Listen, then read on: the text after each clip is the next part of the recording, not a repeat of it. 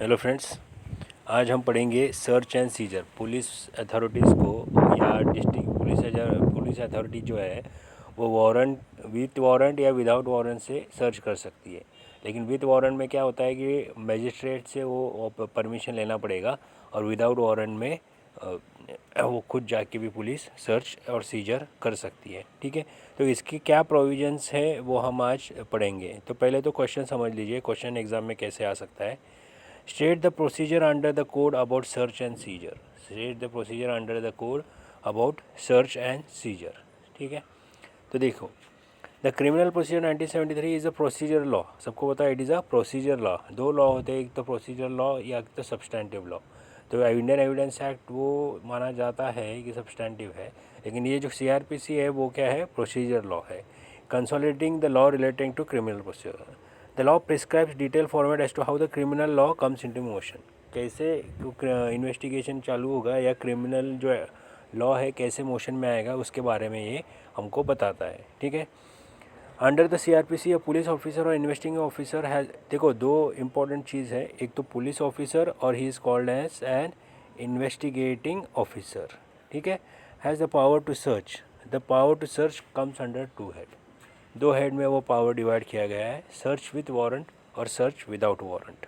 ठीक है, search with warrant और सर्च विदाउट वारंट। तो देखेंगे search with warrant. Search warrants are written orders issued by magistrate. समझो, एक ध्यान में समझ लो कि ये जो पावर्स है सर्च वारंट के इशू करने की, किसके पास होता है, मैजिस्ट्रेट। ठीक है, search warrants are written orders issued by magistrate authorising the search of any place. ठीक है, but before issuing a search warrant the court, लेकिन अगर कौन सा भी प्लेस या किसी की जगह का आपको सर्च करना है तो उसके खिलाफ मैजिस्ट्रेट वारंट इशू करेगा, लेकिन उसकी कुछ कंडीशन है। पहला कंडीशन तो क्या है, the court must have reason to believe that the person to whom summons have been issued under section 91 of CRPC। Section 91 के अंतर्गत अगर उस पर्सन को समन्स इशू किया गया है और उस समन्स में बोला गया है कि आप ये डॉक्यूमेंट्स प्रोड्यूस करो, एंड वुड नॉट, तो और वो फेल हो जाता है वो डॉक्यूमेंट्स प्रोड्यूस करने के लिए, तब ये वारंट इशू हो सकता है। ठीक है, दो कंडीशंस है। पहले तो देखो, there must be reason to believe that the person to whom summons have been issued under section 91 of CRPC would not produce documents or things, and there is justifiable ground for the court to form such a opinion। Court को अगर लगता है, court को भी खुद को भी लगता है, तो जरूर वारंट देना ज़रूरी है, सर्च करना ज़रूरी है, तब भी वो दे सकता है। ठीक है, पहला तो क्या हो गया, 91 के अंडर समन्स इशू हो गए, लेकिन वो और डॉक्यूमेंट्स प्रोड्यूस करने के लिए बोल दिया, लेकिन वो डॉक्यूमेंट्स प्रोड्यूस कर नहीं पाया, आ नहीं आया। और दूसरी बात, अगर कोर्ट के पास जस्टिफाइबल रीज़न है तो फिर भी वो वारंट इशू कर सकती है। ठीक है, तो अभी ये जो with warrant, section 93 to 98 of CRPC specify the circumstances under which the court में इशू अ वारंट। ठीक है, तो विथ वारंट, अगर 93 to 98 सेक्शन क्या बोलता है वारंट के लिए, जब कोर्ट किस कौन से सर्कमस्टांसेस में वारंट इशू करेगा। ठीक है, तो वारंट इशू करेगा तो वारंट मतलब आपको पता है, सिंघम साहब वारंट लेके जाते हैं, या डिस्ट्रिक्ट मजिस्ट्रेट को भी पावर है वह सर्च करने के लिए। आपने ये मूवी देखी होगी डिस्ट्रिक्ट मजिस्ट्रेट के, कौन सा है, कौन सी मूवी है, शादी में ज़रूर आना, ये मूवी आपने देखी होगी तो उसमें भी पता चलेगा। ये जो ऑफिसर है राजकुमार राव, वो सर्च कर रहे इस मतलब ये जो एक्ट्रेस है उसके घर, क्योंकि उसके घर में डॉक्यूमेंट्स पाए जाते हैं, प्रॉपर्टी के डॉक्यूमेंट्स, बेनामी डॉक्यूमेंट्स। ठीक है, इसके मैंने एक फ़ोटो दिया है ताकि आप रिमेंबर कर सको कि पुलिस को भी है और डिस्ट्रिक्ट मजिस्ट्रेट को भी पावर है, कोर्ट ने दिया गया है। ठीक है, तो पहला सेक्शन है सेक्शन 93। सेक्शन 93 क्या बोलता है, सर्च फॉर डॉक्यूमेंट्स। सर्च किसके लिए है, डॉक्यूमेंट्स और things necessary for investigation trial. ये सेक्शन में बोला गया है सर्च किस लिए दिया जाएगा, अगर कोई डॉक्यूमेंट्स है और कोई ऐसी वस्तु है जो इन्वेस्टिगेशन और ट्रायल के दौरान ज़रूरी है, तो उसके लिए सर्च का वारंट दिया जा सकता है। ठीक है, इसमें बोला है provides that where any document और thing is required by the court which is necessary for the investigation और अदर प्रोसीडिंग्स द कोर्ट में इशू है वारंट। ठीक है, इन्वेस्टिगेशन या प्रोसीडिंग्स के लिए वो बहुत इंपॉर्टेंट है डॉक्यूमेंट, इसके लिए भी वो सर्च दिया सकता है। ठीक है, वो ऊपर हमने पढ़ा था, despise been issued by summon 91 और 92 में the person in whose document is produce refuse to produce, तब भी सर्च हो सकता है, हमने ऊपर ही पढ़ा। When the court does not know who has possession of such documents, court को ही पता नहीं है किसके पास डॉक्यूमेंट्स है तभी दे सकता है। या the court consider the purpose will be served in the general inspection. ठीक है, ये 3 पॉइंट है। जो पहला सेक्शन कैसे याद रखोगे भाई, सर्च फॉर डॉक्यूमेंट्स और things necessary for investigation trial. तो आप ये समझो स्पेशल 26 मूवी में क्या दिखाया गया है, डॉक्यूमेंट सर्च करता है या फिर राजकुमार राव उस प्रॉपर्टी के डॉक्यूमेंट सर्च करते हैं। ठीक है, अभी डॉक्यूमेंट सर्च होने के बाद क्या सर्च होगा, नेक्स्ट क्या सर्च हो सकता है, प्रॉपर्टी। ठीक है, वो डॉक्यूमेंट्स आप ऐसा ध्यान में सर्च करने के लिए गए ये लोग, इनकम टैक्स डिपार्टमेंट क्या करता है, प्रॉपर्टी के कागजात या डॉक्यूमेंट्स, वो एक क्या है डॉक्यूमेंट। तो पहले सेक्शन में क्या हो गया, डॉक्यूमेंट हो गया। दूसरे सेक्शन में क्या हो गया, वो डॉक्यूमेंट में देखना पड़ेगा प्रॉपर्टी है क्या। तो next section talks about search for stolen property, forge documents. Forge documents मतलब कौन हो गया, फर्जी कागजात, या आपने वो नकली सर्टिफिकेट, नकली डिग्री सर्टिफिकेट, आपने देखा होगा बहुत जगह नकली डिग्री सर्टिफिकेट भी आजकल मिलते हैं। तो next section talks about search for stolen property. ठीक है, where any district magistrate, district मतलब कलेक्टर, सब डिविजनल मजिस्ट्रेट और a magistrate of the first class has a reason to believe that any place is used for the sale of deposit or any stolen property, ठीक है, और other objectionable items given under section 92 दे में authorise any police officer. तो इसमें क्या याद रखो कि पुलिस ऑफिसर सेक्शन 94 के अंदर क्या अथोराइज कर सकता है, district magistrate, sub district magistrate और मजिस्ट्रेट और first class has reason to believe, तो वो सब क्या पुलिस को पावर दे सकते हैं क्या सर्च करने के लिए, स्टोलन प्रॉपर्टी, फॉर्ज डॉक्यूमेंट्स, ये तो कोई नकली सर्टिफिकेट्स है सब। ठीक है, 10वीं 11वीं 12वीं के नकली सर्टिफिकेट्स समझ में आ गया। पहला तो पॉइंट हो गया डॉक्यूमेंट्स, उसके बाद हो गया search for property documents, forge documents etcetera. Third, search किसके लिए दिया जा सकता है, अगर कोई सिडिटियस एक्टिविटी और ऑब्सिन डॉक्यूमेंट्स बनाता है, सिडिशन करता है, आपको आपने सिडिशन का पता होगा सबको, कन्हैया लाल JNU का एक जो विद्यार्थी है, सॉरी ये विद्यार्थी है JNU का, और ये जो है हार्दिक नहीं, कौन सा तो गुजरात के जो फेमस थे उस टाइम गुजरात इलेक्शन के लिए, पटेल करके हैं। तो ये सिडेशन के लिए गवर्नमेंट को ने इनको जेल में डाल दिया, sedation for the sake of sedation. और ये अपने कौन है, MF हुसैन साहब। इनको बार बार हम किस जुर्म में पकड़ते हैं कि वो ऑब्सिन डॉक्यूमेंट्स बना रहे हैं या ऑब्सिन पेंटिंग्स बना रहे हैं। ठीक है, तो सेक्शन 95 क्या बोलता है, सर्च फॉर एनी सिडेटियस और ऑब्सिन document. Section 95, the magistrate may issue a search warrant authorizing the police officer to search any premises where any newspaper, book or document publishing is punishable by Section 124A, 153B, A और Section 292, 93, 94 of Indian penal code. ये सब sedition और इसके बारे में बोलते हैं sub section. ठीक है, तो पहले तो हो गया, क्या हो गया, डॉक्यूमेंट्स का सर्च हो गया, सर्च फॉर डॉक्यूमेंट्स और थिंग्स। उसके बाद सर्च फॉर क्या हो गया, प्रॉपर्टी हो गया, सर्च फॉर स्टोलन प्रॉपर्टी, फोक्स डॉक्यूमेंट्स। अभी वो डॉक्यूमेंट्स के कैसे हो सकते हैं, सिडिशन और सर्च फॉर एनी सिडिशियस और ऑब्सिन डॉक्यूमेंट्स, ऐसे कोई अग्रलेख है या ऑब्सिन डॉक्यूमेंट्स है उसके उनके खिलाफ सर्च हो सकता है। ठीक है, अभी उसके बाद क्या हो गया कि ये डॉक्यूमेंट्स किसके पास है, आप ऐसा रखो, search for person wrongfully confined, purse for person wrongfully confined 97 में बोला जाता है। Empowers the district magistrate, sub-district magistrate and the magistrate of the first class to issue such a warrant in case where the person has reason to believe that any person is confined and such confinement amounts to offense। किसी को जानबूझ के आपने kidnap कर रखा है या पकड़ के रखा है, तो that is called, in that case search warrant will be issued. So it is mention that, इधर इसलिए बोला गया है search for persons wrongfully confined. ठीक है, आपने लेटेस्ट मूवी आई होगी थर्सडे करके, थर्सडे, उसमें ये सब बच्चों को क्या करके रखती है एक्ट्रेस, बंदी बना के रखती है, क्योंकि उसकी कुछ डिमांड्स होती है PM के पास। ठीक है, तो पहले तो 4 सेक्शन आ गया, 92 से हमने चालू किया था, सॉरी 93 से। 93 फर्स्ट में क्या आएगा, सर्च फॉर डॉक्यूमेंट्स और thing necessary for investigation trial. 94 में कैसे डॉक्यूमेंट्स, सर्च फॉर प्रॉपर्टी और stolen document, stolen property, forge documents, जो चालीन है इस पर। अभी 95 में क्या आएगा, सर्च फॉर ऑब्सिन डॉक्यूमेंट और सिडेशियस डॉक्यूमेंट। ठीक है, 95 में आएगा। अभी 96 में क्या आ गया, 96 में क्या है, search for wrongfully confined, persons wrongfully confined, जो चिल्ड्रंस है वगैरह, वो 97 में आ गया। और लास्ट में क्या आता है, power to compel restoration of abducted females. ठीक है, ऊपर गया था पर्सनस रॉन्गफुली कन्फाइंड, इधर कौन से पर्टिकुलरली पर्सनस फॉर अबडक्टेड, कौन से है, फीमेल के बारे में बताया गया है। ठीक है, आपको पता होगा कि ये मर्दानी मूवी में दिखाया गया है कि छोटे गर्ल्स को वगैरह कैसे ट्रैफिकिंग हो जाता है, ह्यूमन ट्रैफिकिंग उनका, तो it this section talks about that one. ठीक है, power to compel restoration of abducted female, मतलब जो लड़कियां हमने इसमें कर रखी है, मतलब उनके माँ पिता को देनी है वापस, तो that is called restoration of abducted females.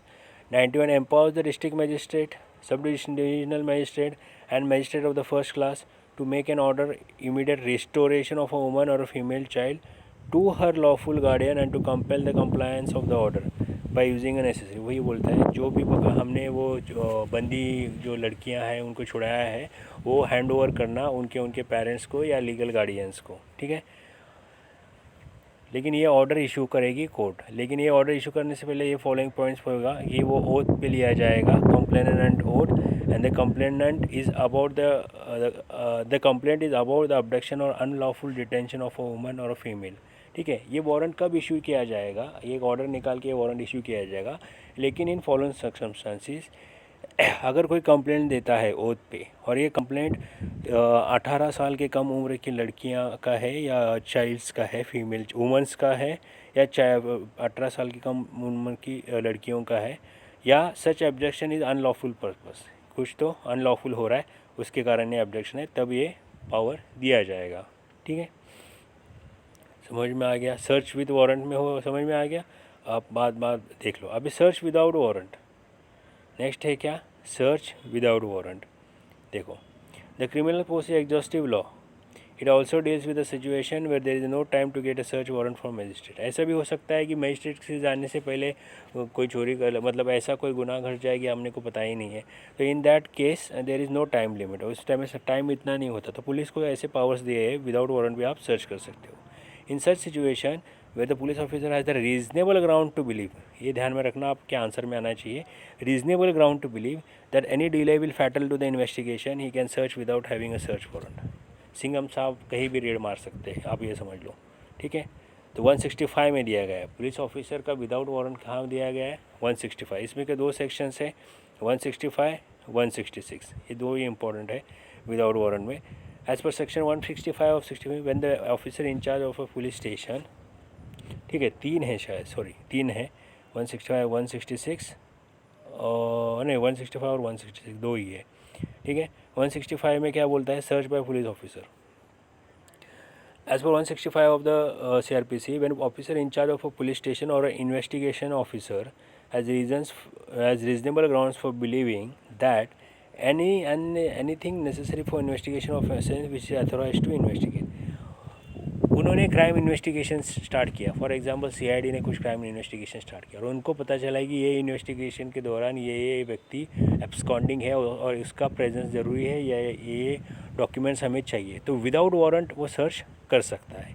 ठीक है, इसके लिए ये बोला गया that any necessary for investigation. ठीक है, it is necessary for investigation and that the search is necessary for investigation and such search is within the local jurisdiction and cause any delay will fail। अगर वो local jurisdiction में है तभी वो search कर सकता है पुलिस ऑफिसर। समझ में आ गया, पुलिस ऑफिसर सर्च कर सकता है।